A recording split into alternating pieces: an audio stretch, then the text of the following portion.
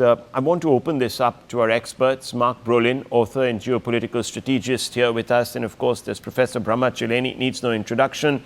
It's almost a household name. Mr. Brolin, let me come out to you first. How do you see this uptick, as some people have described it, in Indo-UK relations? What do you make of this?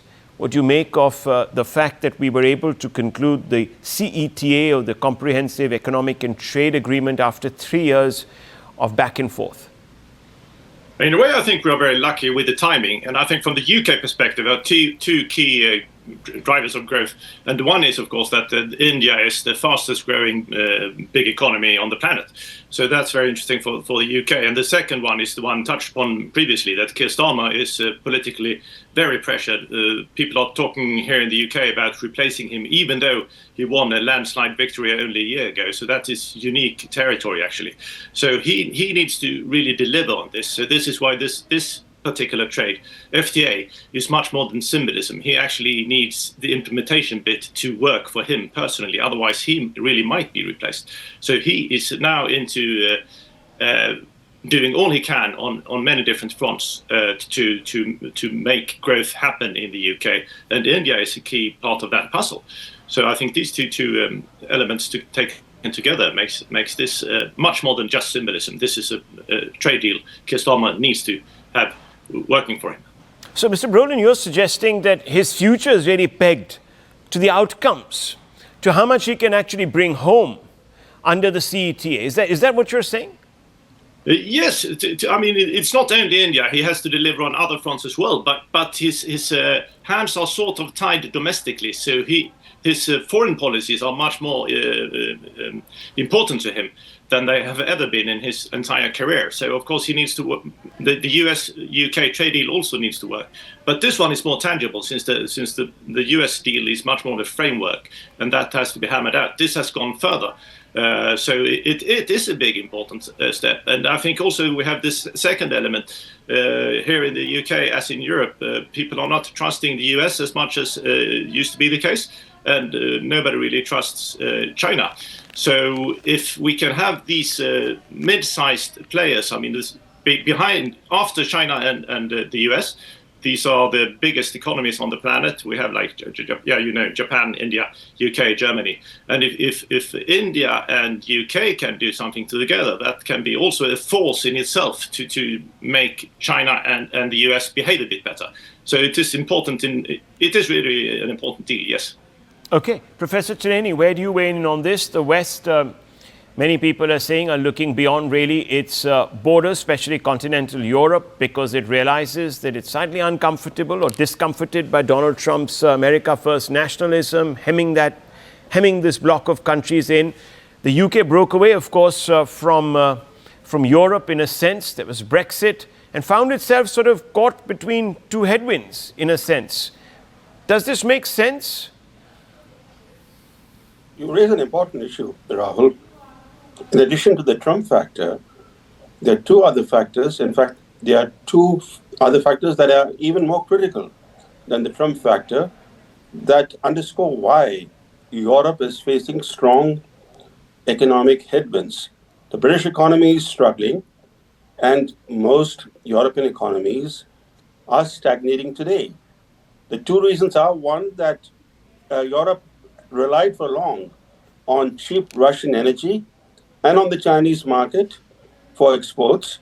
Now, both those factors either have disappeared, especially in the case of cheap Russian energy imports, and the Chinese market no longer is that attractive for European exporters, given the increasing protectionism of the Chinese government, which is why India becomes very important for the struggling British economy. At a time when most developed nations face stagnation in terms of growth, India is a still growing giant. And that is why, for Prime Minister Starmer, this deal with India, the FTA, translating that into tangible economic gains for Britain, is so crucial. It's crucial to his political career. He's going to face important local elections next year, which his party is likely to lose, but he doesn't want to undermine his own political credibility. And for him, given the huge Indian market, translating the FTA into concrete gains for Britain is crucial. Of course, there's the other question as to what India gains from this FTA with Britain. But for Britain, this FTA makes a lot of sense.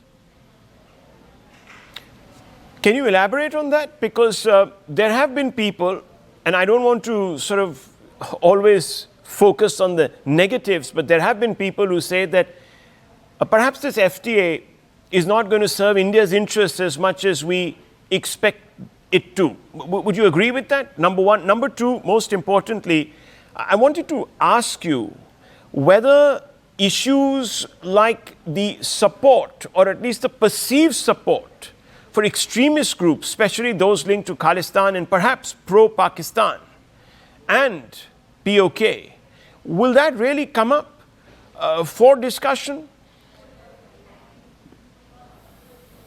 There are two aspects to this. First, the structure of the Indian economy. The Indian economy is very different from other important Asian economies or from European economies. It's not an export-driven economy. India relies on domestic consumption for its growth. India's imports are far greater than its exports. So for India, FTAs do not really translate into concrete gains for the economy. The Commerce Minister Piyush Goyal himself said last year that the FTAs India had signed with ASEAN, with Japan, with South Korea, etc., he said those FTAs signed during Manmohan Singh's government have actually undermined Indian manufacturing. Of course, he was trying to blame the previous government, but the point is that these FTAs have not delivered concrete economic gains for India, and that's because of the structure of the Indian economy.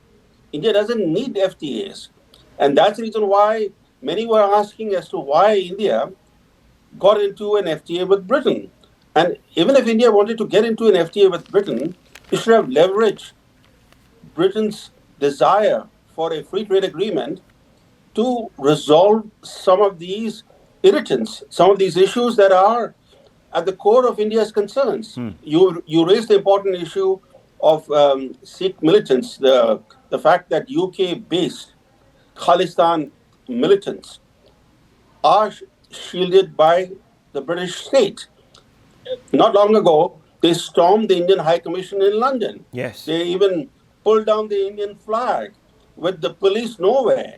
And that created a lot of outrage in India that the British government, under the very nose of the British government, the Indian High Commission was stormed. And that was only one sign of many as to how these militants who openly glorify violence against the Indian state have been allowed to continue to operate without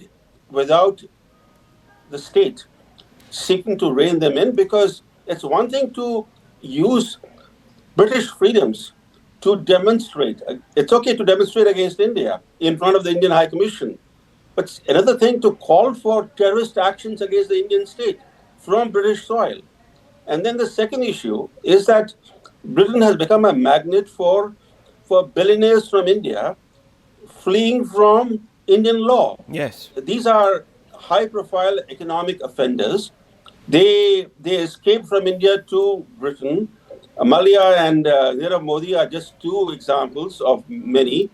And the British government process and the legal process are deliberately designed to prolong proceedings of extradition despite a bilateral extradition treaty. So that's the reason why even guys like Malia and Nirav Modi have still not been sent back to India.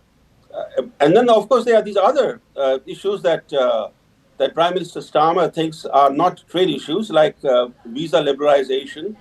That goes to the very core of what the British government is seeking to do. It's seeking to attract Indian talent, yet at the same time, it's not willing to liberalize visas. So it undercuts its own policy of bringing in technologists, doctors, and other professionals from India at a time when the British economy needs such talent.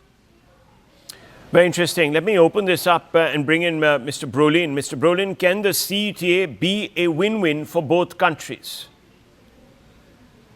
Yeah, I think it absolutely is, and perhaps for two reasons on the Indian perspective, from the Indian perspective. But I think one is that UK has always been one of the most open countries on the planet, and I think that was one reason for Brexit. The UK didn't like to be restrained by Brussels, and India, during its development path to become one of the top players in the world, perhaps needs to be a little bit more open. And I think this procurement process opening up to UK companies can help on that prospect. And in other ways, also UK and India complement each other very much on, like, the service expertise in the UK is somewhat different from the one in India, and vice versa. And we have the manufacturing as well, complementing each other in many ways. So I do think it's a win-win. I think Starmer needs it much more than it's needed in India, but it's still, I would still think it's a good thing for both countries, and that's, I think, is also why it might turn even better as time passes by, since the relationship might deepen. Of course, the devil is very much in the details about these things, so it has to be hammered out now in the future. And even what's happening now could be deepened over the years to come. And that I think it has to start this way because of all the special interests on both sides who tries to stop things from happening. But I think this is really a good start, and over time, perhaps in the next decade or so, this relationship might even be the role model for how FTAs are done. CPTPA is also that's also a very interesting role model. But I think this two nation FTA can be a role model because there is not so much a political giving up political sovereignty as there is within the EU, for example. You have a focus on free trade, and I think that's the way it can be kept up in the meantime without populist parties popping up and so forth. Mr. Brolin, let me just ask you this, because we all know that the Indian diaspora is a very valuable element in building bridges between the two governments. Now, there are some statistics out there that they own about 65,000 companies in the UK, have the highest average earnings and the highest employment levels, and so on and so forth, and they contribute to every sector and obviously very productively to the British economy. But as Britain turns more insular and tightens border controls, and there's perhaps more elevated politicking on the issue of immigration, do you feel that the diaspora might find itself under pressure and perhaps a little more disaffected than Britain would like? Well, yes and no. I don't think so, actually, because I don't think you can say that the UK is turning more insular. It's because the intake has been so large over the last couple of years. That's how the populist parties have risen, and Farage especially. And famously, during the Brexit campaign, he was saying that he wanted Indian doctors. So even he is very keen on Indian, as you're saying, doctors coming into to the UK. Yes. So that's not the case. So I think this is just a temporary backlash, and I think UK is turning more insular, perhaps towards the rest of Europe, but not towards the rest of the world. And I think that was the thing about Brexit that sometimes misunderstood outside the UK, that this was more of a global vision from the UK than an insular continent one. So I think that's one of the things. And I think if the intake is just, if the migration numbers are just coming down to what used to be more normal standards, I think India will be one of the beneficiaries because, as you're saying, Indian workforce, they are in demand in the UK, so they will be the beneficiaries of that one. So okay. I think it has been framed somewhat strangely just because we have this Farage surge. So I think the big takeaway from this is that the UK is not turning much more insular than it used to be. It's just a backlash against the very large numbers over the recent years, and with his only chance, Keir Starmer's only chance to win the next election in 4 years is if he does something about the big migration right now and also keeps up the economy. Okay, well, wonderful talking to both of you this morning. Thank you very much, Professor Chileni and Mr. Brolin.